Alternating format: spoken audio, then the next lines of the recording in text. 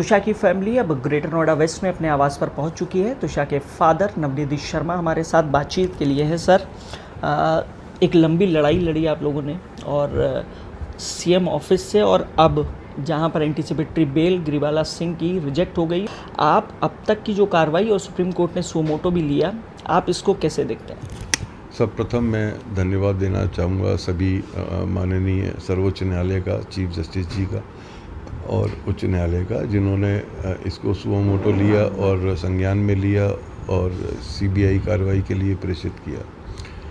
बहुत बहुत धन्यवाद। ये डिसीज़न एक एग्ज़ाम्पल बन के आया है कि कानून से ऊपर कोई नहीं है। लोगों का बहुत विश्वास बना है दोबारा से, और ये एक बहुत अच्छी नज़ीर एग्ज़ाम्पल सेट कर रहा है बाजार। सर, बतौर फैमिली, बतौर फादर, आप लोगों ने भी, परिवार ने भी एक बड़ी लंबी लड़ाई लड़ी और सीएम ऑफिस के बाहर प्रोटेस्ट से वो लड़ाई शुरू हुई। इससे पहले भी आप लोगों ने कई लड़ाइयाँ लड़ी होंगी, लेकिन सीएम ऑफिस के बाहर से और अब तक, क्या अब लग रहा है कि जो फैमिली चाह रही थी न्याय मिले तुषा को, उस डायरेक्शन में आगे कार्रवाई शुरू हो गई है?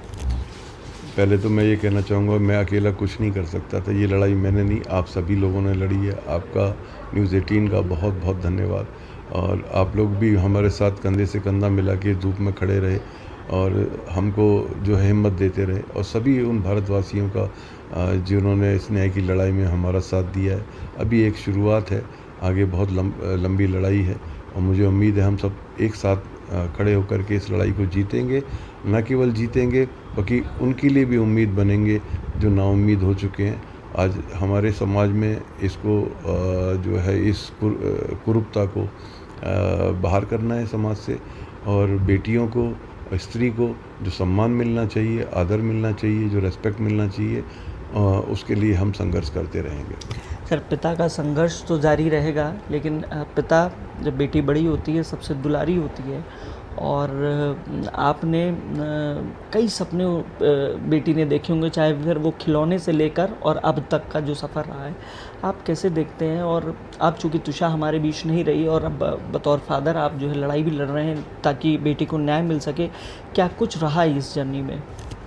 देखिए, हम अच्छे से रो भी नहीं पा रहे, क्योंकि ये न्याय की प्रक्रिया जो है ना, बहुत कठिन होती है, और हमको अभी ये फुर्सत भी नहीं मिली है कि हम भी उसकी मेमोरीज़ को अपने दिल में करें।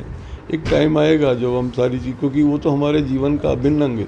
बेटी होना या बेटा होना, आज बेटी होना एक बड़े गर्व की बात है। इतनी मल्टी टैलेंटेड लड़की, वो हमारा ख्याल रखती थी, सारी चीज़ों का ख्याल रखती थी। हम उसके बगैर कैसे रह पाएंगे, ये बताना बहुत मुश्किल है। पर अभी उसी ने हमें हिम्मत दे रखी है किसी प्रकार से कि हम लड़ें और इस न्याय को जो प्रस्थापित करें इस समाज में, दूसरी बेटियों के लिए भी, सभी के लिए ये न्याय की प्रक्रिया सुदृढ़ हो।